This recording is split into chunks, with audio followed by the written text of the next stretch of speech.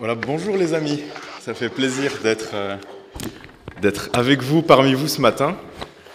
Je crois que c'est la 5e ou 6e fois que je viens, donc certains d'entre vous me connaissent peut-être. Pour ceux qui ne me connaissent pas, voilà, juste vous dire que je travaille dans une paroisse réformée, et oui, près de Vevey, à Corzier-Corzo, dans le canton de Vaud. Et il y a deux choses qui me font dire ce matin que nous sommes, même si je suis réformé, que nous sommes frères et sœurs en Christ. La première, c'est que nous témoignons tous ensemble de son évangile, et que la deuxième, c'est que vous, comme nous, vous désertez aussi le premier rang dans les cultes, je le vois. Ça, c'est pareil, je pense, dans toutes les églises, ça se remplit par le fond, et donc ça, on a vraiment aussi un point commun, on est ensemble, voilà. Donc, je vous comprends. Merci beaucoup. C'est peut-être le 11e commandement, tu ne t'assieras pas au premier rang. Ça doit être quelque chose d'universel. Alors en tout cas, ça fait très plaisir d'être parmi vous. C'est vraiment un privilège de pouvoir partager la parole. Alors j'aimerais vous proposer d'écouter et puis de lire, si vous avez aussi le bulletin, parce que si j'ai bien compris, les textes bibliques sont sur ce bulletin. Donc je vous encourage peut-être à l'avoir sous les yeux.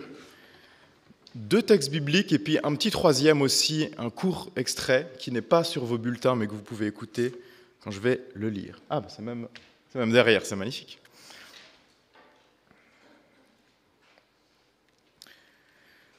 C'est Jésus qui parle et qui dit « Vous avez entendu qu'il a été dit à nos ancêtres, « Tu ne commettras pas de meurtre. Celui qui commet un meurtre mérite de comparaître devant le juge. Eh bien moi, je vous dis, celui qui se met en colère contre son frère ou sa sœur mérite de comparaître devant le juge. Celui qui dit à son frère ou sa sœur « imbécile » mérite d'être jugé par le Conseil suprême. Et celui qui dit « idiot » mérite d'être jeté dans le feu de l'enfer. Si donc tu viens à l'autel présenter ton offrande à Dieu et que là tu te souviennes que ton frère ou ta sœur a une raison de t'en vouloir, laisse là ton offrande devant l'autel et va d'abord faire la paix avec ton frère ou ta sœur. Puis reviens et présente ton offrande à Dieu. Dépêche-toi de te mettre d'accord avec ton adversaire tant que tu es encore en chemin avec lui. Tu éviteras ainsi que ton adversaire ne te livre au juge, que le juge ne te remette à l'officier de justice et qu'on ne te jette en prison. Je te le déclare, c'est la vérité. Tu ne sortiras pas de là tant que tu n'auras pas payé ta dette jusqu'au dernier centime. Amen. La deuxième lecture dans le livre des Proverbes, au chapitre 4, c'est juste le verset 23. « Garde ton cœur plus que toute autre chose, car de lui jaillissent les sources de la vie. » Et je me permets de vous lire encore un dernier texte aussi que je vais utiliser dans mon message, mais qui n'est pas affiché. C'est dans l'Évangile selon Marc, au chapitre 2, le verset 17. C'est Jésus qui dit « En les ayant entendus, il leur dit, « Ce ne sont pas ceux qui se portent bien qui ont besoin de médecins, mais les malades. Je ne suis pas venu appeler des justes, mais des pécheurs. » Jusqu'ici, la lecture de la parole de Dieu. Amen. Qui parmi vous est meurtrier ? Personne ne lève la main, ça va. C'est risqué, c'est faire attention, c'est vrai. J'ai eu le privilège pendant plusieurs mois l'année dernière de partager des cultes en prison. Donc c'est vrai que si j'avais posé cette question peut-être pendant les cultes, ça aurait été un peu différent. Bon, ici apparemment tout le monde est assez sage. Personne n'a levé la main. Et pourtant, le premier texte qu'on a lu, celui où Jésus parle dans ce fameux sermon sur la montagne, dans Matthieu 5, nous indique que nous avons tous, quelque part, le risque de le devenir. Et c'est pourquoi mon message s'intitule « Ne deviens pas un meurtrier ». Alors, peut-être qu'à midi, si vous avez des invités ou si vous rentrez, vous discutez avec vos familles ou vos amis aujourd'hui, vous pourrez dire aujourd'hui, à l'église, le pasteur qui était invité nous a dit qu'il ne faut pas tuer les gens. Voilà. Ça, c'est quand même un message fort, n'est-ce pas, et original. Mais je crois qu'il y a plus que ça dans ce texte. Et c'est un de ces textes, finalement, qui me font un peu penser à un médicament. Je vous explique. Avec mon épouse, on a une fille qui a à peu près 11 mois. Et il se trouve qu'elle a des petits problèmes de transit. Alors il faut qu'on lui donne un médicament. C'est un médicament, c'est liquide, donc on le verse par exemple dans son biberon, et puis elle boit le biberon, et ça l'aide à régler ces problèmes de transit. Le problème, c'est que ce médicament, c'est pas très très bon, c'est un goût assez fort, donc c'est pour ça qu'il faut le mettre avec autre chose. Si on le diluait trop, si on prenait la petite quantité de médicaments et puis qu'on remplissait des bouteilles et des bouteilles d'eau et qu'on diluait ce médicament, le goût disparaîtrait complètement, ce qui fait que ce serait facile à boire, mais il n'y aurait plus d'effet non plus au bout d'un moment. C'est ça le problème quand on dilue. Et des fois, avec des paroles comme celles qu'on a lues dans Matthieu 5, comme ça a des fois un peu du mal à passer, le goût est un petit peu fort quand même, celui qui dit idiot mérite d'être en enfer, etc. La tentation qu'on a face à des paroles comme ça, c'est de les diluer. Alors on va les mélanger avec de l'eau, puis des grandes quantités d'eau. Comme ça, le goût, il n'est pas trop fort, ça passe bien, mais au bout d'un moment, cette parole, elle n'a plus d'effet. Alors il faut faire attention avec des textes qui peuvent paraître comme ça, un peu forts, un peu durs, de ne pas tomber tout de suite dans le piège, de trouver toutes les raisons qui font que Jésus n'a pas vraiment voulu dire ce qu'il a voulu dire. De trouver toutes les interprétations possibles qui m'évitent de me mettre face à ce texte et de me poser la question, mais en quoi ça me concerne ? Qu'est-ce que Jésus a à me dire ce matin ? Alors je vous propose de ne pas trop diluer le texte, si ça vous va. Le goût sera peut-être un peu fort, mais on va garder l'effet de ce que Jésus veut dire. Je pense que c'est un texte qui est particulièrement important pour nous dans notre culture. Alors je sais qu'on est dans une région frontalière, donc on est presque entre deux cultures, finalement, entre la Suisse et la France, mais en tout cas, ce qui est intéressant, j'aime bien discuter avec des gens qui viennent en Suisse, qui viennent travailler en Suisse, qui viennent vivre en Suisse, pour leur poser la question, mais qu'est-ce que vous pensez de notre culture ? Qu'est-ce que vous voyez ? Et aussi, j'aime tellement faire ça que des fois, je vais sur Internet, je vais sur des forums d'expatriés ou d'immigrés en Suisse qui partagent leurs expériences, puis je vais un peu, comme je suis curieux, regarder, mais qu'est-ce que les gens disent sur la culture suisse ? Et une chose qui ressort très souvent, c'est de dire que la culture suisse, de la part de ces gens qui la regardent de l'extérieur, est une culture qui donne une grande importance aux apparences. Pas le bling-bling, mais il faut paraître bien, il faut paraître poli, il faut faire bien les choses. Et c'est très important de montrer qu'on est bien et qu'on est quelqu'un de bien. Mais la question que je me pose toujours, c'est qu'est-ce qui se cache derrière les apparences ? Parce qu'on sait qu'elles sont souvent trompeuses, ou en tout cas qu'elles ne disent pas tout. Eh bien, même chez nous, en Suisse, aussi, derrière les apparences, il y a des conflits, il y a des séparations, il y a des relations brisées, il y a des colères, il y a des amertumes, il y a des jugements, il y a de la critique, il y a du non-pardon, il y a de la rumination. Des fois, ça ne se voit pas, et on met du temps, et finalement, ça émerge petit à petit, et on le voit. Et non, nous ne sommes pas parfaits, les amis. Et Jésus, dans ce texte-là, vient justement chercher ceux qui l'écoutent au-delà des apparences. Jésus vient nous chercher au-delà des apparences. Et il commence en disant « Vous avez entendu qu'il a été dit à nos ancêtres ». J'aimerais juste m'arrêter sur cette formulation. « Vous avez entendu qu'il a été dit à nos ancêtres ». Remarquez que Jésus ne dit pas « Il est écrit que, mais moi je vous dis ». Ou Jésus ne dit pas « Moïse a dit, mais moi je vous dis ». Jésus ne dit pas « La loi dit ceci, mais moi je dis cela ». Jésus dit dans ce texte « Vous avez entendu qu'il a été dit ». C'est important, c'est une petite parenthèse, mais c'est important de le dire. Jésus ici ne commence pas en disant, en critiquant ou en voulant corriger la loi de Moïse. Mais ce qu'il vient corriger, ce qu'il vient réparer, ce qu'il vient changer, c'est peut-être une certaine interprétation, une certaine façon dont les gens ont pris ces commandements, peut-être à un premier niveau des apparences, sans aller plus loin.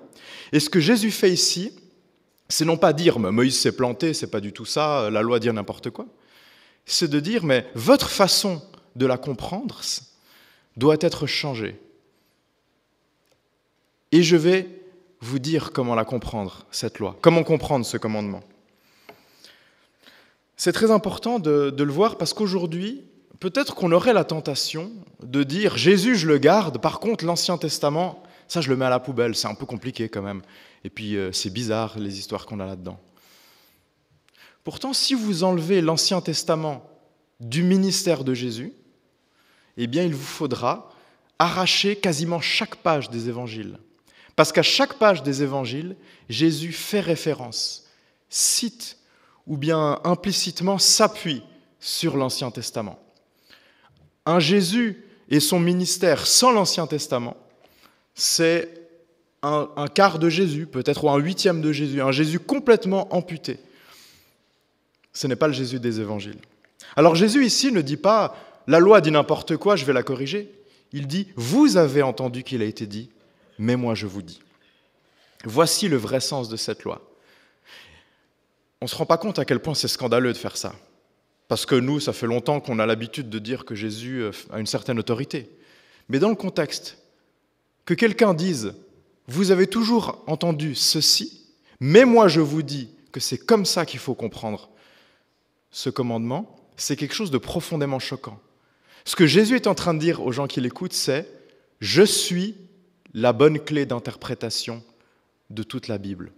Je suis la clé d'interprétation de tout l'Ancien Testament. Je suis la clé d'interprétation de la loi. » Alors l'encouragement que j'aimerais vous donner, c'est que quand vous lisez la Bible, Ancien, Nouveau Testament, Psaume, peu importe l'endroit, si Jésus n'est pas votre clé d'interprétation, peut-être qu'il y a un souci.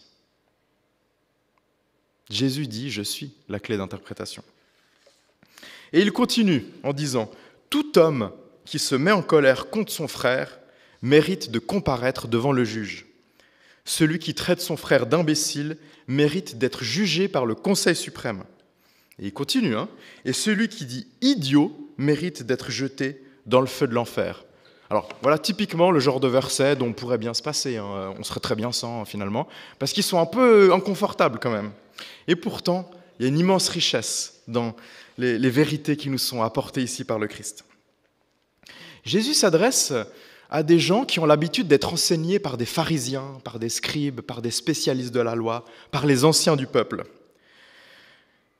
Et ce que Jésus est en train de pointer ici, c'est une certaine façon de comprendre la loi, de comprendre la fidélité à Dieu, où l'apparence ou la performance extérieure suffirait. Ah, moi je tue personne, je respecte le commandement. J'ai jamais commis de meurtre, tout va bien. Mais Jésus ne nous laisse pas là. Quel est le sens profond de ce commandement de ne pas tuer ? Vous voyez, avant qu'on en arrive au meurtre, il y a beaucoup d'étapes en général. Peut-être qu'avant il y a de la colère, peut-être qu'il y a de l'amertume, peut-être qu'il y a des plans, peut-être qu'il y a des pensées qui viennent. Et souvent, un acte aussi horrible est le fruit de tellement de choses qui sont passées intérieurement dans la vie d'une personne, pendant peut-être des fois des années. Jésus vient dire, ce commandement n'a pas juste pour objectif que vous ne commettiez pas de meurtre, mais il a pour objectif de mettre en lumière les choses qui, dans vos cœurs, dans vos vies et dans vos relations, conduisent au meurtre. Et en l'occurrence, la colère, l'insulte, les relations brisées, etc. Et ce que Jésus est en train de dire ici, noir sur blanc quelque part, c'est vouloir du mal à quelqu'un, parce que c'est ça dont il est question ici, c'est déjà passible du jugement de Dieu. C'est déjà condamné par Dieu. Et c'est ça qui amène ultimement au meurtre. Mais le meurtre, c'est le dernier fruit de quelque chose qui a été cultivé déjà bien avant. Vouloir du mal à quelqu'un, c'est déjà passible du jugement de Dieu. Alors, peut-être certains d'entre vous vont me dire « Oui, il est un peu gonflé, Jésus. » Parce que, si on se souvient bien, dans les évangiles, lui aussi il se met en colère, à plusieurs reprises. Alors, de quel droit il vient dire ça ? Il vient dire « Vous ne pouvez pas vous mettre en colère », ou etc., etc. C'est quand même un peu gonflé de sa part. Est-ce que Jésus serait incohérent ? Les pasteurs le sont des fois, mais Jésus ne l'est pas. La colère de Dieu, Ancien, Nouveau Testament, la colère de Jésus, est toujours l'expression de son amour et de sa justice. Personnellement, je me réjouis de pouvoir prier un Dieu qui se met en colère. Parce que le fait que Dieu se mette en colère est la preuve qu'il n'est pas un Dieu indifférent, qu'il n'est pas un Dieu qui laisse passer le mal ou l'injustice, mais qui les regarde en face et qui les dénonce. Comme je vous l'avais compris depuis le début de mon message, j'ai une petite fille de 11 mois, et si quelqu'un lui faisait du mal et que ça ne me mettait pas en colère, qu'est-ce que ça dirait sur mon attachement et sur ma relation avec ma fille ?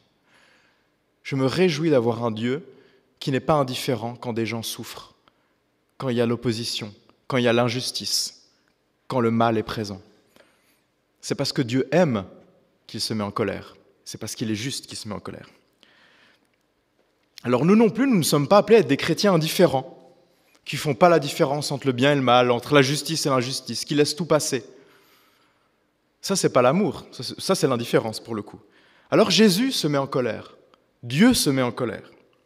Quelle différence y a-t-il donc entre la colère du Christ et celle qui est dénoncée par Jésus dans ce texte ? Jésus n'a jamais rendu le mal pour le mal.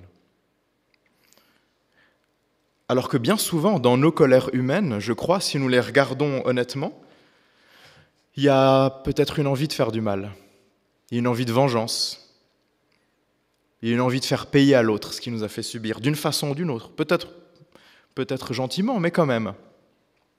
La colère humaine, souvent, n'est pas seulement le fruit d'un sens de la justice, mais aussi une envie de défendre mes droits et de vouloir faire payer à celui qui m'a fait du mal. C'est pourquoi je crois que bien souvent, même si notre cause est juste, notre colère ne l'est pas. Je m'explique. Même si le fait de se mettre en colère est justifié, notre colère est souvent mêlée de plein de mauvais fruits. L'amertume, l'envie de faire du mal, le sentiment de vengeance, peut-être à des petits niveaux, mais c'est souvent là. Et souvent, notre colère que nous voudrions peut-être juste est mêlée de beaucoup de choses qui ne le sont pas. Et c'est pour ça que Jésus vient mettre le doigt sur cette question de la colère. Et cette question de la colère, d'une colère qui serait juste, mais qui serait en même temps mêlée de plein de mauvais fruits, nous renvoie à la question des racines. Est-ce que vous savez ce que c'est la différence, la plupart du temps, je sais qu'il y a des exceptions en la nature, mais entre un fruit et une racine? En général, le fruit c'est visible et la racine c'est invisible, mais pourtant les deux sont liés. Ça veut dire que s'il y a un certain fruit dans ma vie, ça doit se voir. Et même mieux, un fruit, c'est appelé à être mangé. Ça veut dire que les gens doivent pouvoir le goûter. Ça veut dire que si je pense avoir dans ma vie le fruit de la paix, eh ben, ça doit quand même, au bout d'un moment, se voir. Parce que ce n'est pas une racine, ce n'est pas invisible. Et les gens qui sont autour de moi vont pouvoir goûter à cette paix.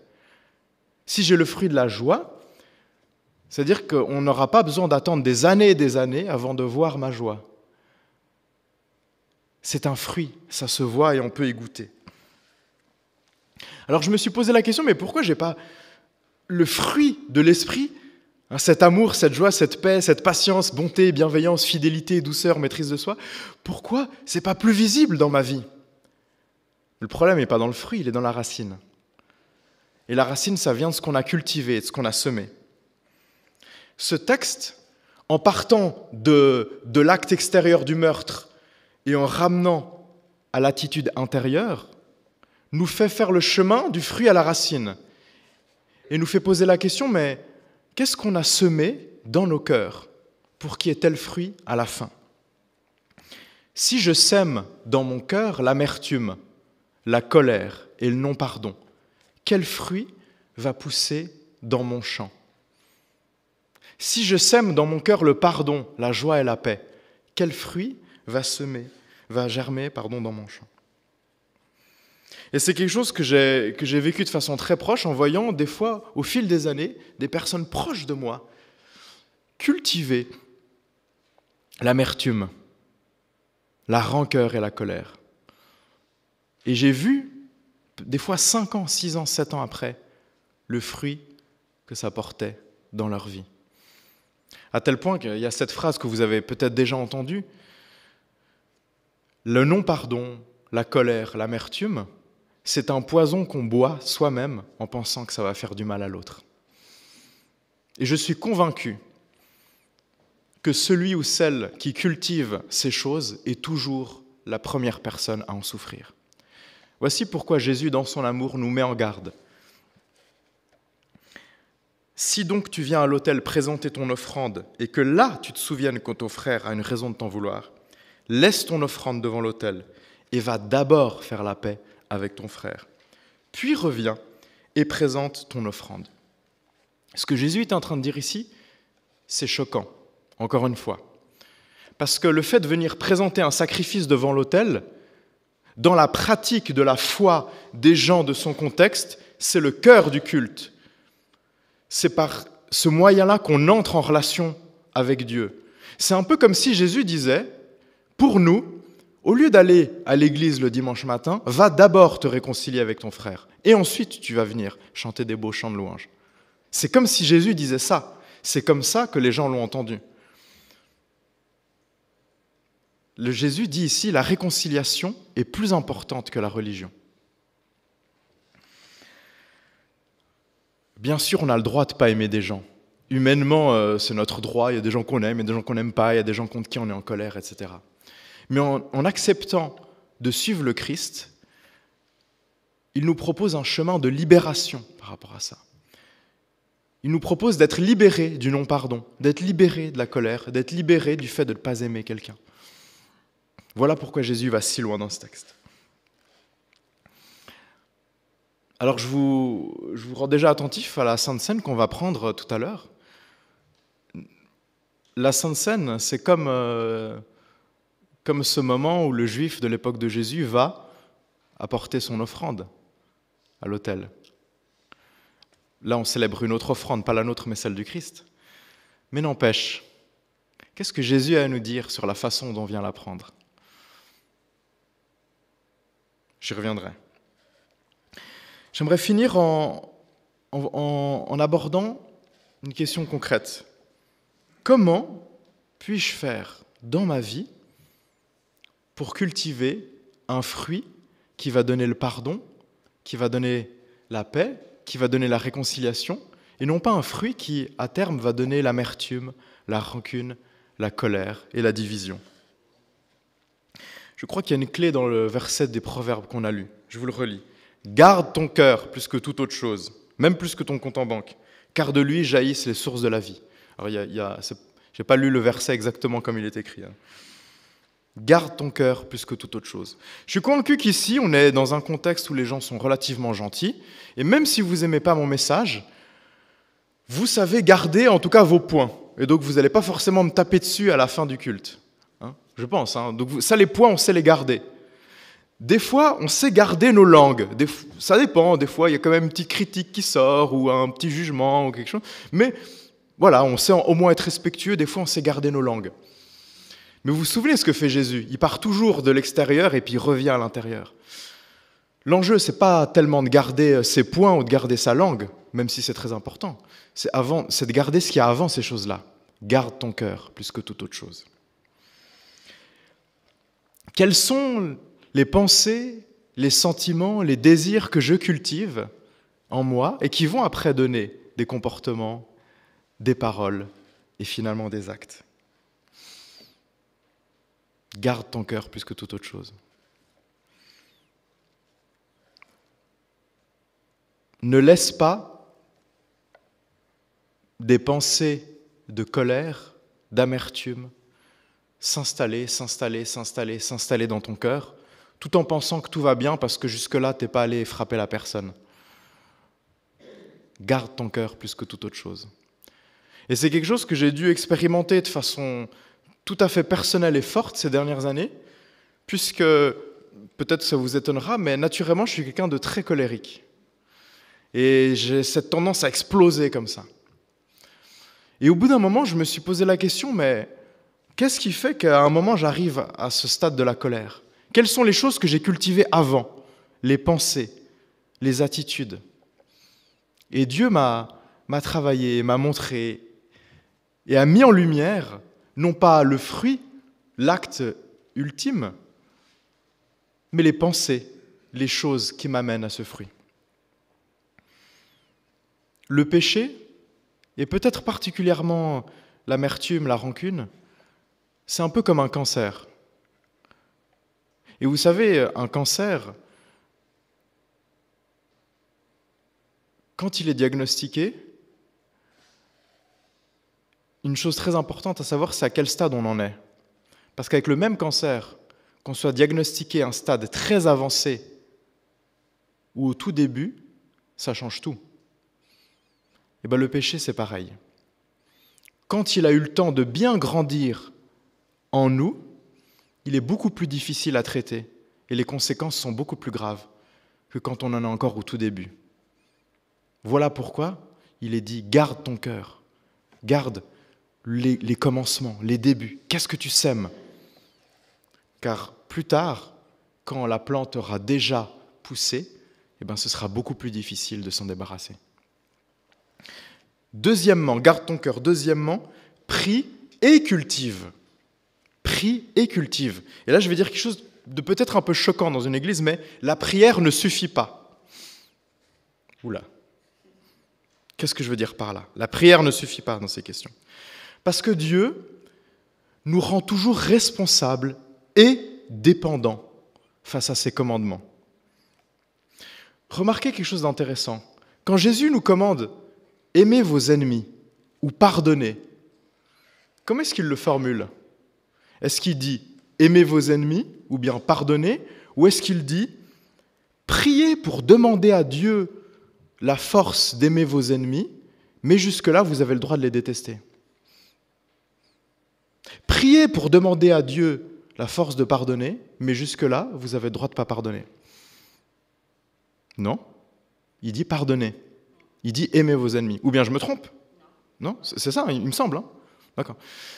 Il dit pardonnez, aimez. Pourquoi? Pourquoi un impératif comme ça? C'est aussi en grec, c'est pareil. Hein. Pourquoi? C'est parce qu'il nous rend responsables. Ça veut dire que si je passe ma vie à prier pour demander à Dieu la force de soulever ce verre, mais qu'à aucun moment je ne fais le geste de le prendre et de le lever, comment est-ce que je peux savoir si Dieu m'a donné la force de le faire?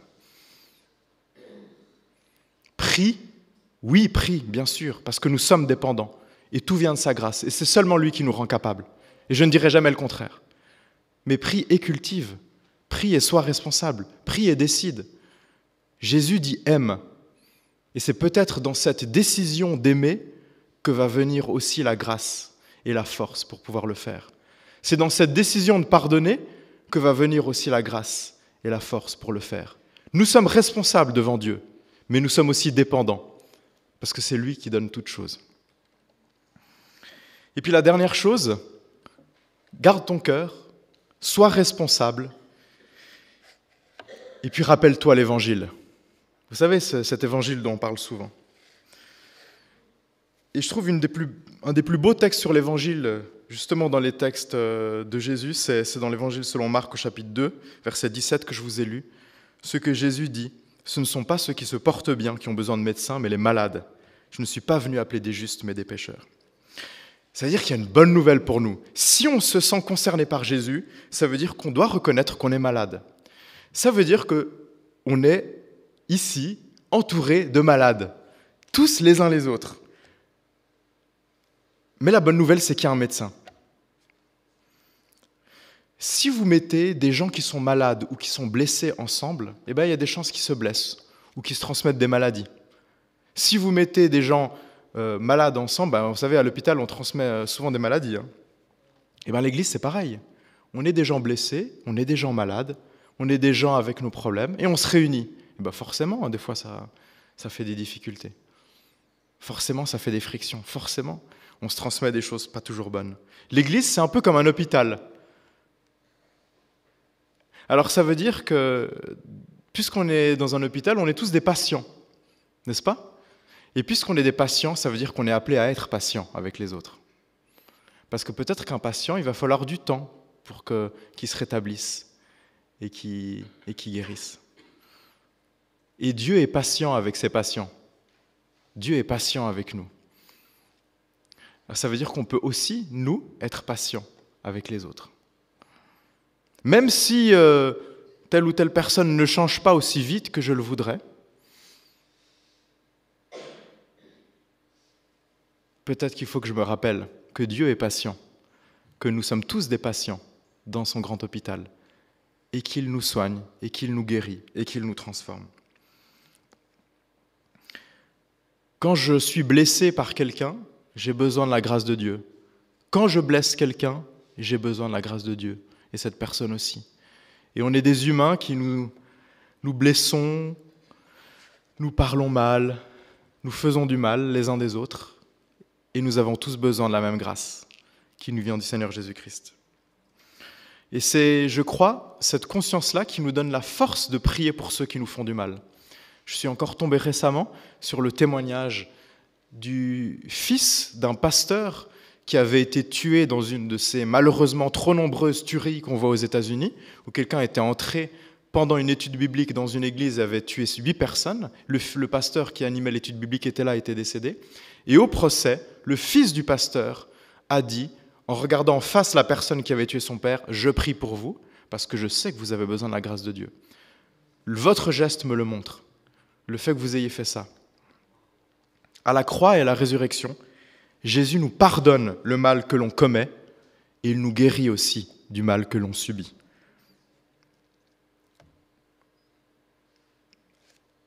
Et la bonne nouvelle, c'est que c'est un médecin qui va jusqu'au bout de son traitement. Ce que Dieu commence, il le mène toujours à son terme. Et c'est cette confiance-là qu'on peut avoir. C'est cette patience que l'on peut recevoir pour nous-mêmes et pour les autres. Alors je reviens à ma question. Comment va-t-on prendre cette Sainte Seine ? Ce repas qui symbolise la réconciliation offerte en Jésus-Christ entre Dieu et l'humanité, ça devrait aussi se manifester dans nos vies par un esprit de réconciliation. Alors je vous propose aussi qu'avant de la prendre, qu'on puisse se mettre devant Dieu et qu'on puisse se poser la question, mais quel fruit ai-je cultivé ? Est-ce qu'il y a dans mes relations ? Est-ce qu'il y a dans ma vision de quelqu'un en particulier la colère, l'amertume, la rancune ? Toutes ces choses qui, au final, vont porter un fruit qui m'éloigne de Dieu.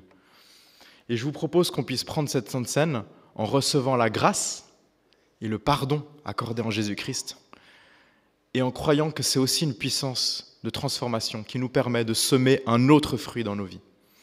Ça vous va comme programme ? Amen.